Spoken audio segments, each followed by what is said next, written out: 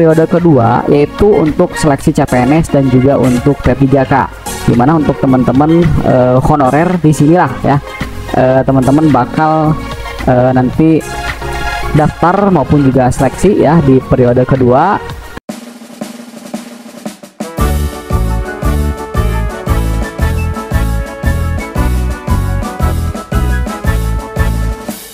Bismillahirrahmanirrahim. Assalamualaikum warahmatullahi wabarakatuh. Halo rekan-rekan semua, kembali lagi bersama kami. Semoga dalam keadaan sehat selalu.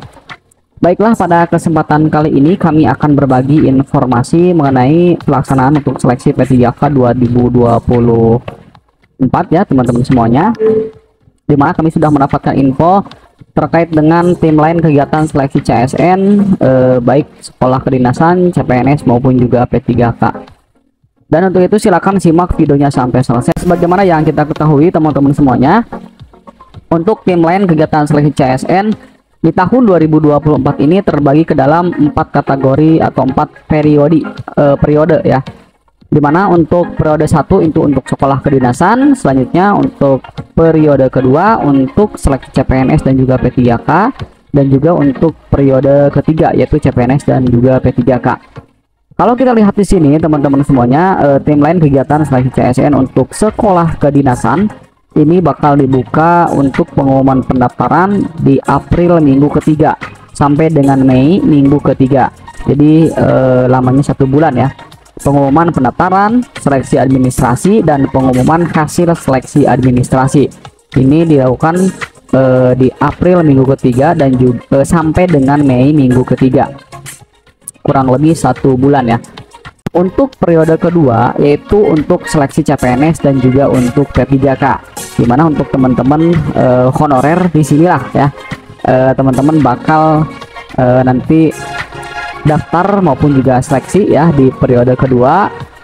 Sebagaimana yang kita ketahui untuk RPP manajemen SN P3K dan juga CPNS ini belum terbit juga sampai sekarang ya. Mudah-mudahan Kemenpan RB segera menerbitkan sehingga nanti regulasi ataupun peraturan mengenai mekanisme kegiatan seleksi CSN bakal diterapkan di sana ya.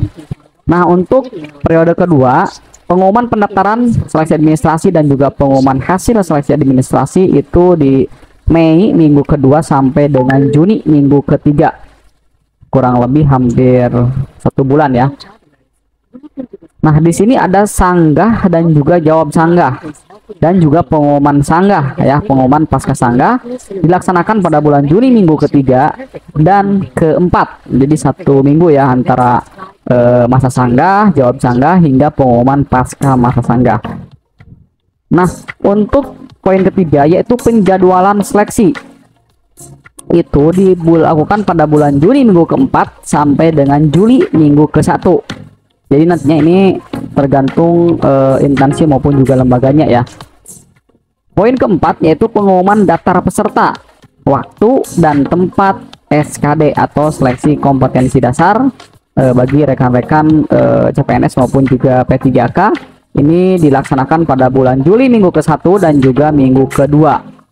Nah, untuk pelaksanaan SKD CPNS dan seleksi kompetensi P3K ini dilaksanakan pada Juli minggu ketiga ataupun juga di akhir bulan Juli sampai dengan Agustus minggu kedua. Jadi awal Agustus ya.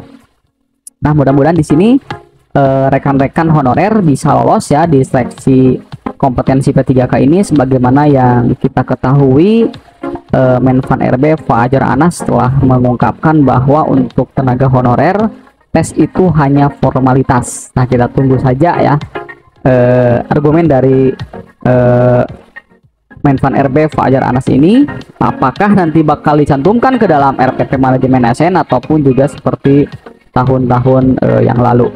Nah, untuk selanjutnya yaitu pengolahan nilai SKD CPNS dan juga pengumuman hasil seleksi kompetensi P3K ini dilaksanakan di Juli minggu ketiga sampai dengan Agustus minggu kedua.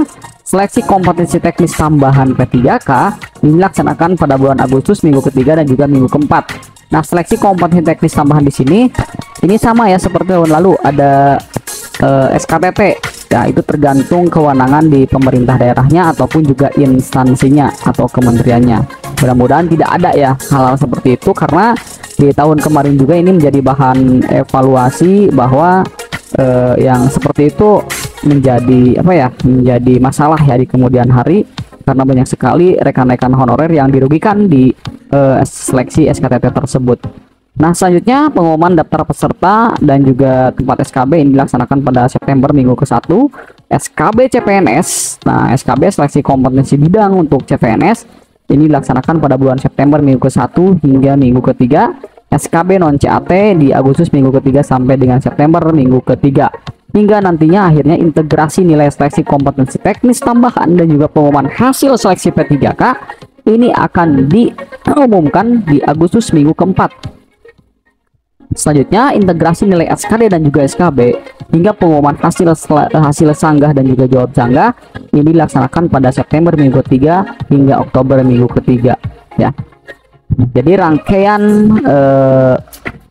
timeline untuk seleksi CSN ini belum secara spesifik ya tanggalnya, namun ini hanya sepintas saja ya terkait dengan timeline seleksi CSN baik CPNS maupun juga P3K hingga akhirnya nanti ada periode ketiga ya. Nah, mudah-mudahan di sini teman-teman periode ke-1 ataupun periode kedua saja sudah tuntas ya. Namun tentunya banyak kendala ya yang tentu harus dievaluasi oleh panitia seleksi nasional, yang nantinya mudah-mudahan di sini di periode ketiga ini teman-teman semua honorer diangkat menjadi ASN P3K. Nah, mungkin itu yang dapat kami sampaikan, kurang lebihnya mohon maaf. Wabillahi taufiq wal hidayah. Wassalamualaikum warahmatullahi wabarakatuh.